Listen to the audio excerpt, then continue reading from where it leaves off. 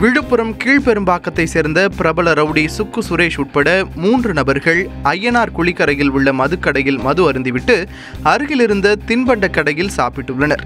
அதற்கு பணம் கேட்ட கடை உரிமையாளரை கத்தியால் வெட்டிவிட்டு கடையை உடைத்து சேதப்படுத்தினர்.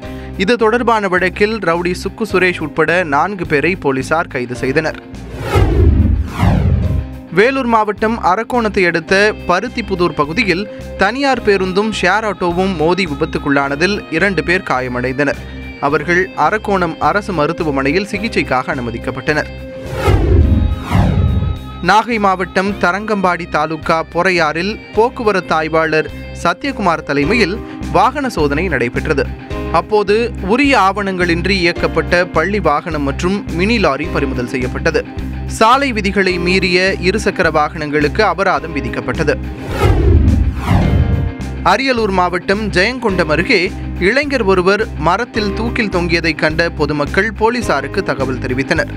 உடலை மீட்டு போலீசார் விசாரணை நடத்தியதில் அந்த இளைஞர் வானதிராயன்பட்டினம் பகுதியைச் சேர்ந்த சுப்பிரமணியன் மகன் சிவா என்பது தெரியவந்தது. இது தற்கொலையா அல்லது கொலையா என்ற கோணத்தில் போலீசார் விசாரணை நடத்தி வருகின்றனர். சென்னையை அடுத்த ஆலந்தூர் ரயில்வே கேட் பகுதியில் 2 பேர் ரயில் மோதி பலியாகினர்.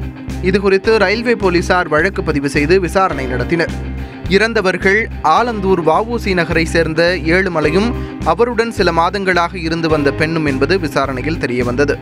மது போதையில் தண்டவாளத்தில் இருவரும் விழுந்துவிட்டதாக நேரில் பார்த்தவர்கள் தெரிவித்தனர். கோவை மாவட்டம் மேட்டுப்பாளையம் ரயில்வே ஸ்டேஷன் சாலையில் இயங்கி வரும் தனியார் வங்கி ஏடிஎம் மையத்தில் திடீரென மின்கசிவு காரணமாக தீ விபத்து ஏற்பட்டது. தகவல் அறிந்து விரைந்து வந்த தீயணைப்பு வீரர்கள் தீயை பரவ விடாமல் அணைத்தனர். தீ உடனடியாக அணைக்கப்பட்டதால் ஏடிஎம்மில் இருந்த பல லட்சம் ரூபாய் தப்பியது.